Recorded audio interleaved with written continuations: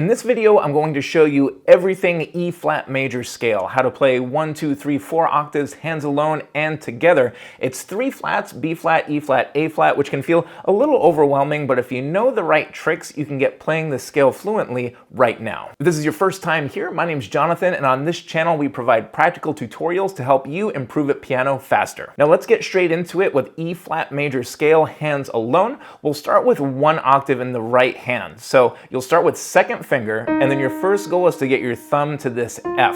And then from here, it's quite easy. We like to think about scale fingerings in terms of finger groups. So whenever I say a finger group, that means the number of fingers that you play before a thumb goes under or a finger goes over. So for right hand E flat major scale 1 octave, you're just going to do that second finger on the E flat, get your thumb to the F, and then from here, it's just going to be a group of 4, and then get your thumb under for a group of 3.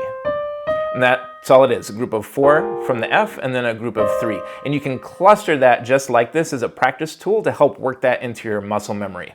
So second finger, group of 4, group of 3, and then we just follow the group of 3 back, get your fourth finger over for a group of 4, and then cross second finger for that last note. Now if you want to do more than 1 octave, it's really easy. You're just going to alternate finger groups 4, 3, 4, 3 until you're ready to turn back around. I'll show you what I mean in 2 octaves and then how you can go beyond that. So again, second finger, group of 4, group of 3. And now from here, if I want to keep going, I just go to another group of 4, and then another group of 3, and then I can turn right back around. If I want to keep going, again, just another group of 4, another group of 3. And then when I come back, it's just group of 3, group of 4, group of 3, group of 4, group of 3, group of 4, and then cross my second finger to end it. Now for the left hand, it's a similar trick, just flipped. Left hand will start with the third finger, and it's going to start with a group of 3, and then go to that group of 4. And then if you want to end it, you can cross with a second finger to top it out, and then just follow that backwards. You might want to consider finger 3 here, because if you decide to keep going, that'll provide a good consistency in the fingering there. But to just show you 1 octave, it's group of 3, group of 4, then we cross that second finger over, and then we follow that backwards. Group of 4, group of 3. And again, if we want to keep going, we're just going to alternate groups of 3, 4, 3, 4 until we're ready to be done. So group of 3, group of 4, another group of 3, another group of 4. And again, if I'm ready to stop, I can just do second finger and turn it back around. If I want to keep going, I just plant a third finger there. Again, group of 3, group of 4, second finger, and then I just follow that back.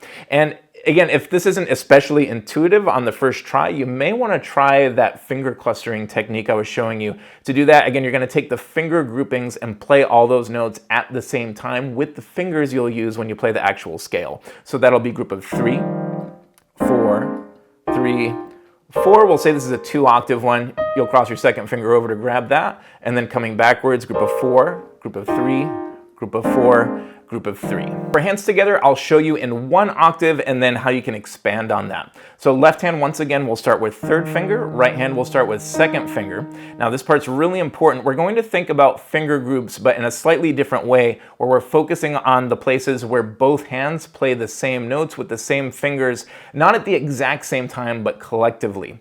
So as an example of that, we have E flat, and then F and G, we're going to play that with fingers 1 and 2. Keep in mind, I'm not saying 1 at the same time and 2 at the same time, but collectively 1 and 2 will play F and G at the same time. So we have fingers 1 and 2 that'll play F and G, and then after that, fingers 3 and 4 will collectively play A flat, B flat. And then once again, 1s and 2s will play C and D. And then you'll just cross over to grab that last E flat. And it might be a good strategic idea to just cross with third finger in the left hand, and then your fingerings will be exactly the same, whether you do 1 octave or more than 1 octave. And then following that backwards, we have fingers 1 and 2, 3 and 4, 1 and 2, and then back to our tonic.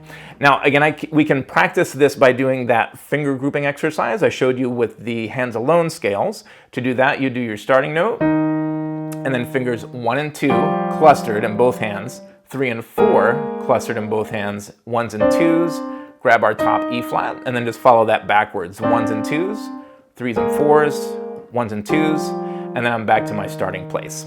Now, if you want to do more than 1 octave, this will work for 2, 3, 4, or more octaves. You're going to follow the same exact fingering pattern, But now once you get to this top E flat, you want to make sure both hands line up there with the third finger on the E flat right here. And then you're just going to do the same tricks. 1 and 2s will line up on F and G, 3s and 4s will line up on A flat, B flat, 1s and 2s, will line up on C and D, and then we'll grab that top E flat. And again, as you're expanding to 2, 3, 4 octaves, you may want to experiment with this clustering exercise. You'll be amazed how effective that can be at working this whole finger grouping concept into your muscle memory. And of course, you can follow that backwards. 1s and 2s, 3s and 4s, 1s and 2s, 3s line up together, 1s and 2s, 3s and 4s, 1s and 2s, and 3s. So as you can see, even with a tricky sounding scale like E flat major, if we just whittle everything down to just a couple of rules and focus on where both hands are playing the same keys at the same time, it can make our scale playing and practicing so much easier and more fun. And if you enjoyed this, you might want to check out this video. This is where we do a deep dive in all the major scales, hands together.